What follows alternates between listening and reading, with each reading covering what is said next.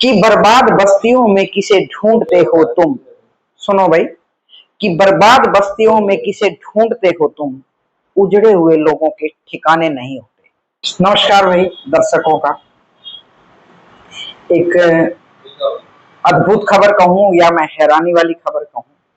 कल से एक पत्र वायरल हो रहा है तमाम सोशल मीडिया पे कि भाई अब हरियाणा के तो जितने भी तहसीलदार हैं और कुछ डीआरओ, उनको तो लपेटा लगा दिया कि उन्होंने रजिस्ट्रियों में जो हेरा फेरी की है, सरकार के नियमों से अलग हटकर उन्होंने जिस तरह से रजिस्ट्री करी है, उसमें 140 लगाए या 100-150 के करीब तहसीलदार लपेटे में आ गए हैं।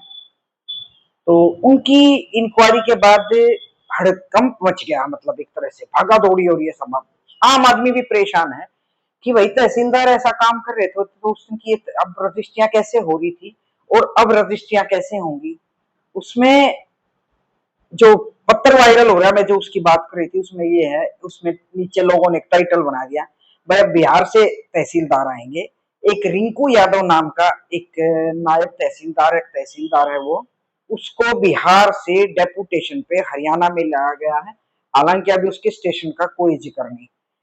मैं किसी अधिकारी से पूछ रही थी, हालांकि उन्होंने तो वैसे रिकॉर्ड ऑन रिकॉर्ड होने से तो मुझे बताने से मना कर दिया, लेकिन एक बड़ा अद्भुत वाकया है ये। वो वैसे तो हरियाणा के ही है वो निवासी, और हरियाणा की सिविल सर्विसेज सेवाओं में पास करके वो अलाइड में बताए गए कि बिहार उनको जॉब मिल गई तहसीलदार की, और उनको डेपुटेशन पे लिया गया है।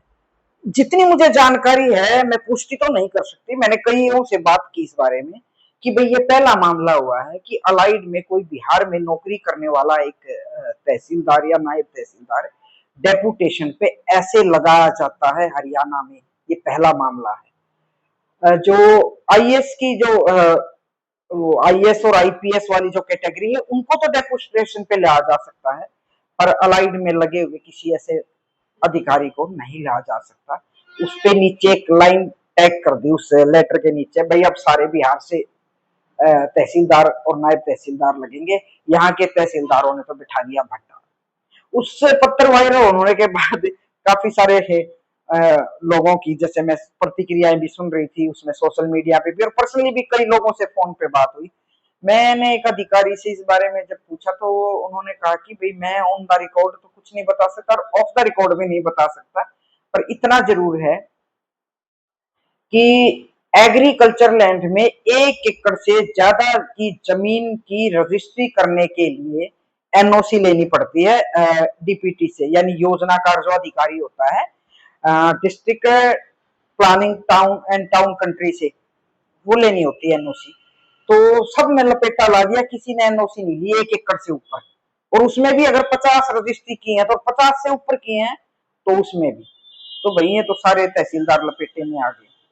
अब मेरे को एक बात मेरे जरूर दिमाग में आ रही है कि जब ये रजिस्ट्रियां करी होंगी तो क्या इसमें किसी राजनेता का हिस्सा नहीं होगा, किसी मतलब छोटा बड़ा राजनेता का मतलब मेरा ये नहीं है कि भी कोई एमएलए या मंत्री हो, उसमें बैंक के वर्कर भी हो सकते हैं, जिस पार्टी की सरकार है या विपक्ष है, उसमें मुझे लगता है सत्ता और विपक्ष के पक्का वो लोग उन कॉलोनियों में शामिल मिलेंगे जो ये लपेटा आया हुआ है इसमें। तो भाई इस पर बोल कोई नहीं रहा। मैंने 2-3 नेताओं से सुबह बात की, 2-3 अधिकारियों से बात की, तो अधिकारी तो थोड़े से डरे डरे से नजर आ रहे हैं कि भाई क्या होगा, लेकिन पॉलिटिशियन इसके लपेटे में मुझे लगता आए हुए हैं। एक ने मुझे कहा, मैं नाम नहीं लूंगी, सूत्रों के अनुसार मैं अगर बोलूं तो उसको, कि भाई ये अब इस लपेटे के बहाने क्या होने वाला है ये मैं बता नहीं सकता। उसने ये मुझे कहा कि क्या होने वाला, मुझे समझ नहीं आई उसकी बात। तो भाई अब वो यूं कहा ना कि अधिकारियों ने तहसीलदारों ने धरती बीड़ी हो रही है, भाई जब तो ना पॉलिटिकल सिफारिश लगवा के, अधिकारियों की सिफारिश लगवा के एक तरफ से अगर देखा जाए तो अधिकारियों पे दबाव भी बनवाया जाता है, इसमें कोई संशय नहीं है। अगर किसी को कुछ 2 नंबर में काम करवाने हैं ना, तो वहां पक्का किसी अधिकारी या पॉलिटिशियन की सिफारिश होती है। जायज काम को मुझे लगता है कि कोई मना नहीं करता।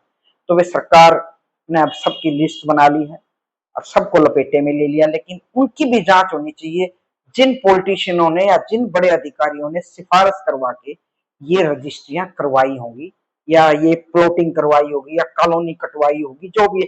क्योंकि आजकल जिसको देखो वो एक प्रॉपर्टी डीलर बन रहा है। मैं एक वाक्य बताऊं आपको, अनपढ़ आदमी भी जिसने कागज लिखण का नहीं बेरा, एक डॉक्टर हमारे यहाँ डॉक्टर है गोहाना में, उसके उसने एक छोटा सा ट्रीटमेंट करवाया, तो उसने पैसे पूछे कि उसको डॉक्टर भी नहीं कहना आवे, उस डॉक्टर ने मुझे वाक्य बताया कि भाई पैसे कितने हो गए डॉक्टर साहब। उसने डॉक्टर साहब ने कहा कि भी 200 रुपए। बोलो जी 200 तो नहीं है मेरे पास। उसने अच्छी मोटी गड्डी निकाली, ये बहुत साल की बात है, कम से कम में तो 11-12 साल हो गए। उसने मोटी गड्डी निकाली और 500 रुपए रख दिए। तो डॉक्टर साहब ने देखा, हैरान साहब ये बिल्कुल साधारण सा आदमी है, इसको ज्यादा पढ़ा लिखा भी नहीं। तो वो डॉक्टर साहब ने उससे पूछा भाई क्या काम करते हो? बोला मैं प्रॉपर्टी डीलर हूँ। उसको प्रॉपर्टी डीलर भी नहीं कहना आ रहा है और उसने कहा कि मैं प्रॉपर्टी डीलर हूँ। तो भाई ऐसे ऐसे लोगों ने जो कॉलोनी काटी है, जो प्लॉटिंग की है, या जो रजिस्ट्रियां करवाई हैं थोक में, हालांकि अब तो रजिस्ट्रियां बंद हैं, और तहसीलदार हमारे गोहाना से तो वैसे ही फरार है। वो तहसीलदार मतलब वो क्या करा ना कि फटदे चक्के फटदे क्या बोलते, मुझे ठीक से याद नहीं, फट्टे चक दे। तो भाई सरकारी बिन के पट्टे चक दे वाली बात पे आ गई है। तो भाई ये जो प्रॉपर्टी डीलर है ना, इनकी भी जांच होनी चाहिए मैं तो कहती हूँ, और उन राजनेताओं की भी जांच होनी चाहिए भाई, जिन्होंने किसी न किसी सिफारिश पे ये हुआ। लेकिन ये भी एक बार पता करना चाहिए कि ये डेपुटेशन पे इस तरह से तहसीलदार और नायब तहसीलदार को लिया जा सकता है या नहीं। बाकी भाई तहसील भ्रष्टाचार के अड्डे बने हुए हैं। आए दिन पटवारी से लेकर नायब कानून को बहुत लोगों को सरकार द्वारा या एसीबी एंटी करप्शन ब्यूरो की टीम द्वारा रंगे हाथों पकड़ा जा चुका है। कितने दिन तक वहां पटवारी हड़ताल पर बैठे रहे। भाई ये जो भ्रष्टाचार का जो दिमक है ना, इसको हमारे सरकार के सिस्टम ने खोखला कर दिया। भाई आम आदमी इसमें पिस रहा है। असल में तो सही पूछो तो आम आदमी अपना ईमानदारी से काम करता है। इस सिस्टम में जो गड़बड़ी है वे सरकार को उस सिस्टम पे ध्यान देना चाहिए, और जिसने ये जो भी ये सारा जो जाल रच रखा है इसकी ठीक से इंक्वायरी होनी चाहिए, कहीं कोई ठीक व्यक्ति ठीक अधिकारी ना फंसे। बहुत बहुत शुक्रिया, नमस्कार।